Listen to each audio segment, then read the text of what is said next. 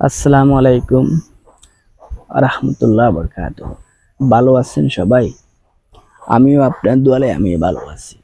এখন আমার মূল বিষয় হচ্ছে কি জানেন ভাই, ফেসবুক পেজে কাজ করলে অবশ্যই অন্যদের ভিডিও দেখতে হবে।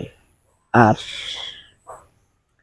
যে স্টার সেট আপ পাইছি, স্টার সেট আপের মাধ্যমে যদি আপনারা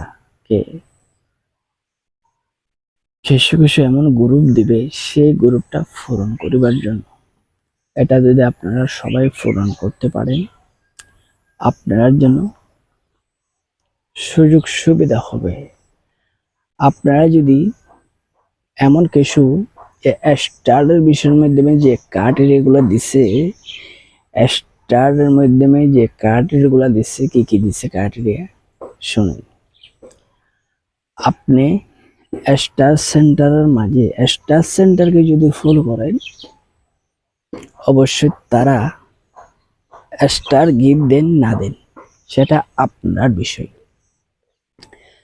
এমন একটা স্টার সেন্টারের মাঝে আপনি অবহেলা করে ভিডিও দেখলেন না, ভিডিও না দেখে উপরের ধাক্কা দিচ্ছে, কিন্তু সেটা আপনার ক্ষতি হইতে পারে, আপনার সমস্যা হইতে পারে। ঠিক আছে, আপনি যদি স্টার সেন্টার ভিডিওগুলো দেয় ফেসবুক টিমে, আপনার পেজে স্টার সেন্টারের ভিডিওগুলো যখন আপনার ফেসবুক পেজে দেয়, তারার ভিডিওগুলো দেখবার জন্য চেষ্টা করবেন না, কোনোদিন অবহেলা করবেন না, কোনোদিন অহংকার করবেন না। ঠিক আছে, আপনারা যত ফলো করতে পারবেন, যত কমেন্ট করতে পারবেন, এত আপনার স্টার স্টার গ্রুপের জন্য অনেকটা কি হবে, উপকার হবে।